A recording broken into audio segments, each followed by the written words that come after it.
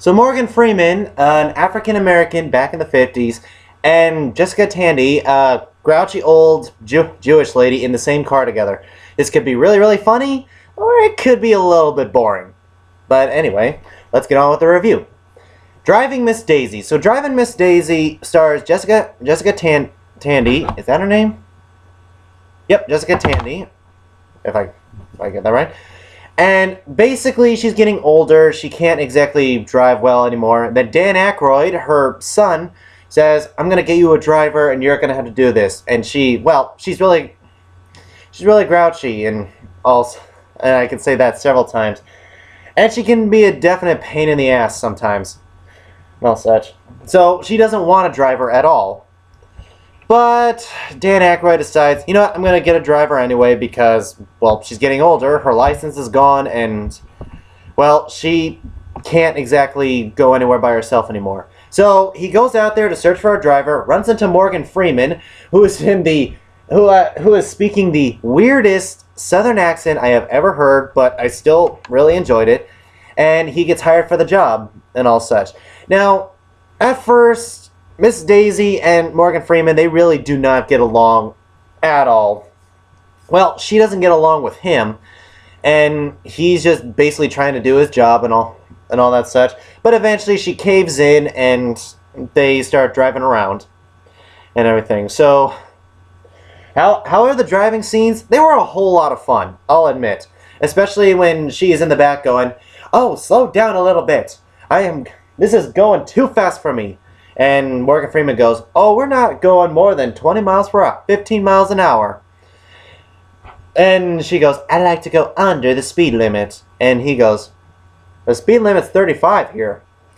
So the banter between them is really, really funny. I did enjoy that.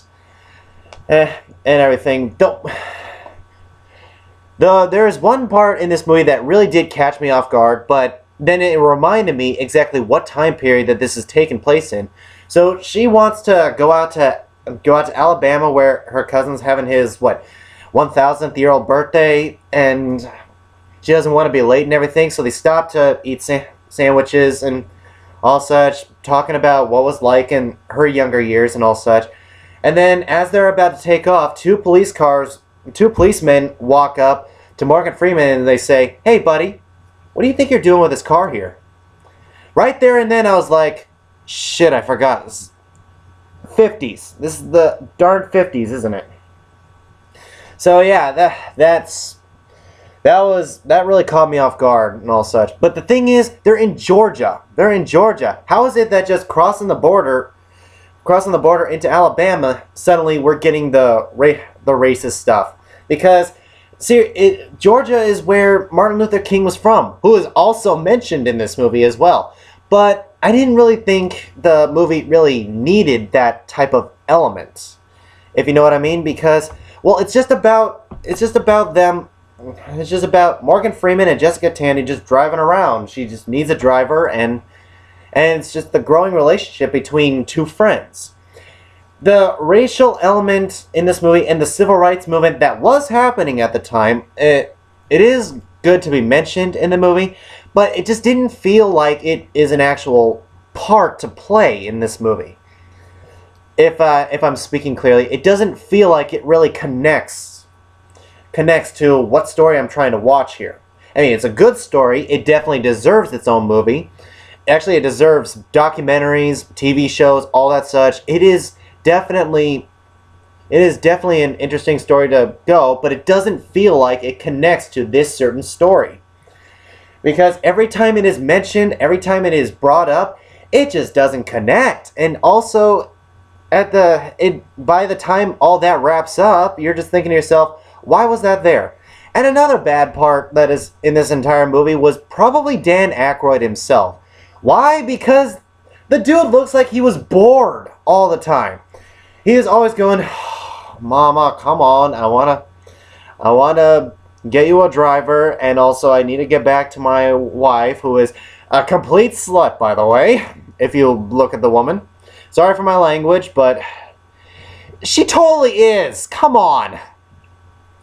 He just looks bored all the time, and and doesn't really feel like he wants to be in this movie. And I'm thinking, come on, dude, it's not that bad of a movie. Give some effort out and everything.